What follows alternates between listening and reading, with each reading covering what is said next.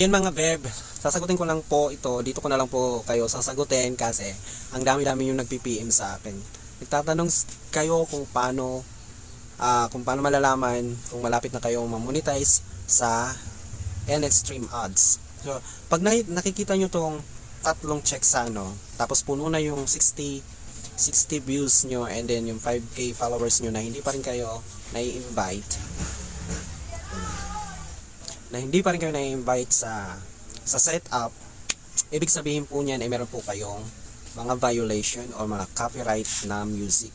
Malalaman nyo rin yun na hindi kayo may invite pag nakita nyo tong monetization policy, yung pangalawa dyan sa may check.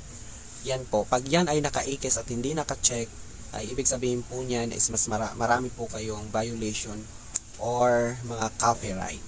So ayan, maraming salamat po. Sana nasagot ko na kayo. Ayan, hindi ko na kayo ma-reply isa-isa.